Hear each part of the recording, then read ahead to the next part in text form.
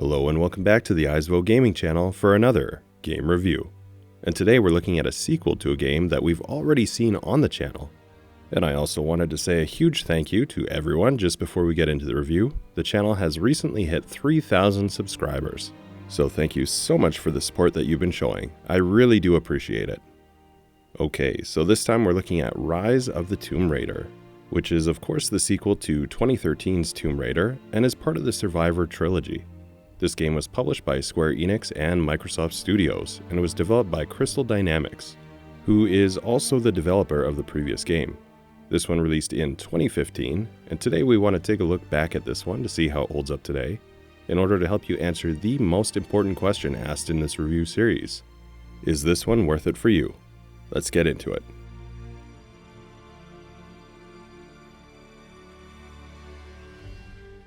So as far as the general plot goes, without getting into major story spoilers, it takes place a year after the previous game, Tomb Raider. The player takes on the role of Lara Croft once again. This release feels like a true sequel, in that the experiences she had in the previous game, essentially the experiences she had on the fictional lost island of Yamatai, lead her to then seek out the lost city of Kitej. We jump around to a few different locations in the game, but for the most part we're going to be exploring in the mountains of Siberia. Really, that's probably enough story to go into without giving away too much. It's a Tomb Raider game and you're playing as Lara Croft. It's going to involve exploring tombs and learning about mythological or fictional mythological figures and places.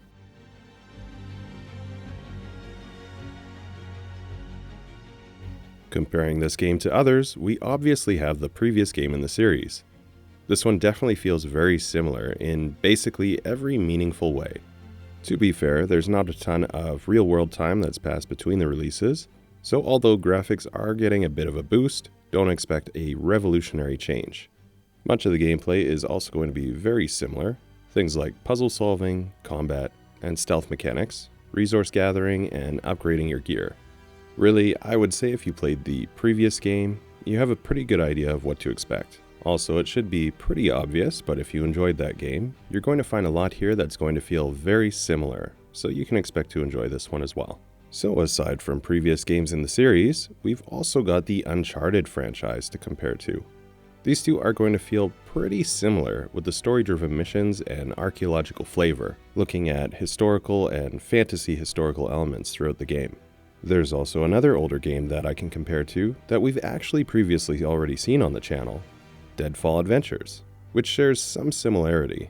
Most of the similarity is going to be in the way of the focus on historical or fantasy historical themes and puzzle solving. The games themselves will play out differently, and the stories themselves are going to feel quite different. I just thought it would be a good one to mention if you like this genre of games. And of course, you can always check out the review of Deadfall Adventures as well. Aside from that, please mention down in the comments which games you think are most similar to this one, so other players can get some context.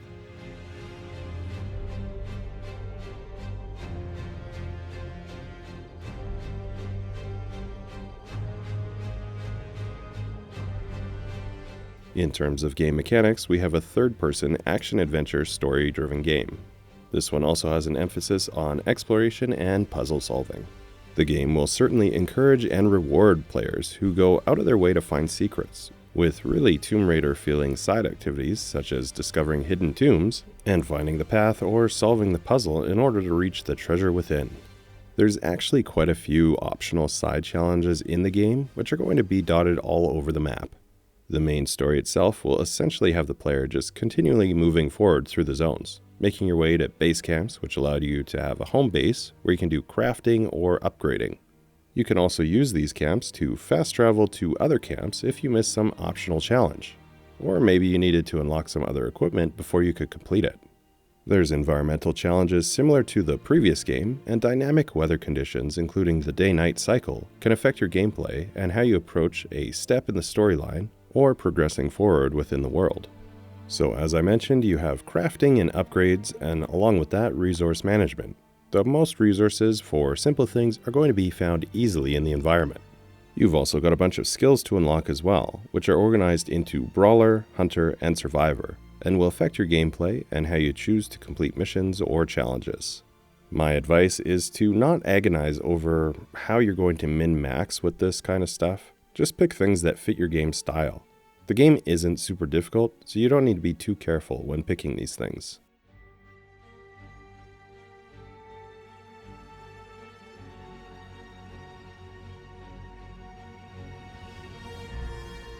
Personally, I think that the graphics are aging quite gracefully, but of course this is just my opinion, so use the gameplay footage to come to your own decision on that.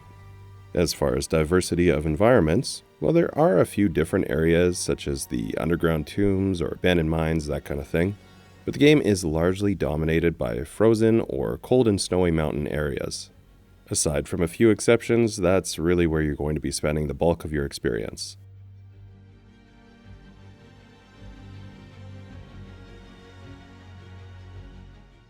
I didn't really run into any bugs of note while playing through. As always, this is my experience and may not reflect yours, but overall I thought things played well. A nice feature in this game is that a lot of things that you pick up actually have a voiceover audio included with it. This might sound like a little thing, and really it is, but many games just give you a wall of text when you find collectibles or pick up some game lore item.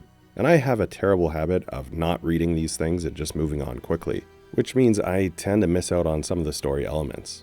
I get that this is a me problem and not likely true for everyone, but personally I just appreciate it when games have a voiceover or audio to tell you what you picked up and give you some story that way. Something else interesting in this game is the language proficiency mechanic. Basically, as you discover things on the map, you can improve the language proficiency of Laura by translating monoliths or documents, which can help to uncover other secrets. Really, this felt like a pretty small part of the game as well, but is a neat, unique little immersive feature, and I thought it was worth mentioning.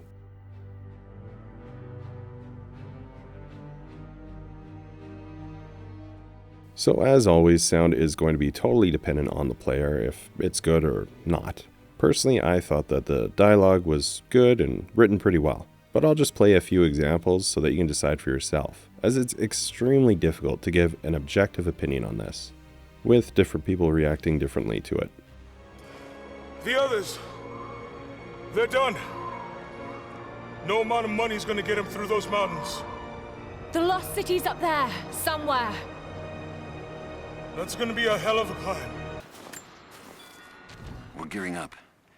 I was on the first flight to Siberia to secure the old Soviet installation now. More are arriving every minute.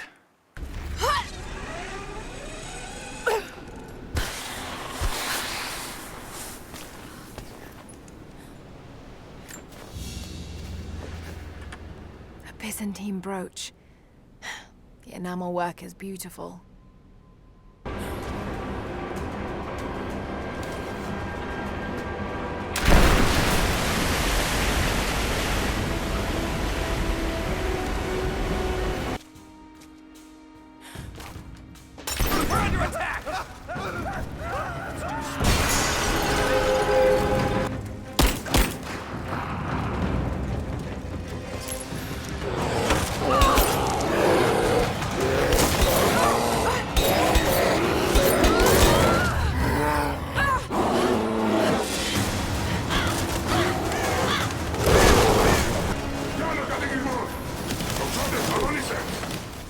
So I've done my best to stay objective up until now, but we're just going to get into some opinions and very subjective territory. I want to keep this short, but just mention a couple things if you're new to the channel. Basically, I don't give any number ratings or something like that because I don't believe in them. People are just going to like this or that thing about a particular game, and so putting a number metric on it just doesn't make any sense to me at all. So going forward, I'm just going to give my straight opinion on it if I liked it or not. But keep in mind that that means nothing as to whether or not you'll like the game. You should definitely use the more objective part in the beginning to decide if the game seems interesting to you, and use that to decide if this game is worth it for you. So did I enjoy this entry in the Tomb Raider series? Yes, fascinating. Incredibly beautiful. Yeah, I thought this one was fun. I found that this one actually had quite a few opportunities that felt really Tomb Raider-y. While playing through, you could just discover some secret tomb while out exploring the map. Then there's typically some method of reaching the treasure you need to figure out. And then when you do reach the treasure, they pull off a pretty good classic game look and feel.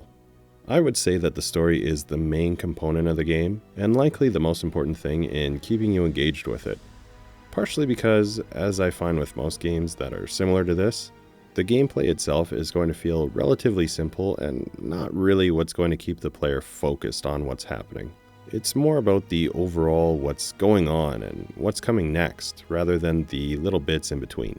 In this one, I did feel that the story was done pretty well, and it kept me interested as I went along. There are going to be a few slow points throughout, and I did take some breaks while playing to play other games because I wasn't that interested that I had to blitz through and see what's coming right away. You shouldn't take that as a huge negative though, because most games I need to take breaks from because I lose interest for a bit. But for this one, I always found myself coming back to it eventually, and I did complete the game. It's not one of those titles where you get to a certain point and then just abandon it due to lack of interest, which really is always a positive in my opinion. Overall, I'd say it's a fairly straightforward Tomb Raider experience. If you enjoy the franchise, especially the previous entry, then you know exactly what to expect, and you're probably going to like this one as well. If you're new to the series, it probably doesn't hurt to start with the previous game, as there are references that you otherwise won't get, but really you could skip ahead to this one if you really wanted to. It's not that hard to pick things up as you go along. If you like these style of games, definitely this one I would recommend checking out if you get the chance. I've also seen it on for pretty good deals, so maybe you wait around and pick it up on sale. So I hope you enjoyed this look at Rise of the Tomb Raider. Have you already played through this game? Let me know down in the comments what you thought of it and if you agree or disagree with my own opinion. If the video was helpful or entertaining, please give me a like here as it really helps me out a lot, and consider subscribing to the channel. I post a bunch of different gaming content, not just reviews, but also walkthroughs and other videos, and I'd love to have you join the community and help direct the future of the channel. Thank you so much for taking the time to watch today, and until next time, take care.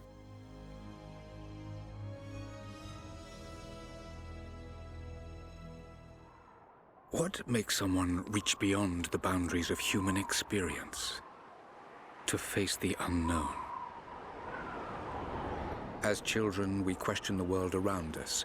We learn, we accept, and gradually we lose our capacity for wonder. But some do not. The explorers, the seekers of truth. It is these pioneers who define the future of mankind.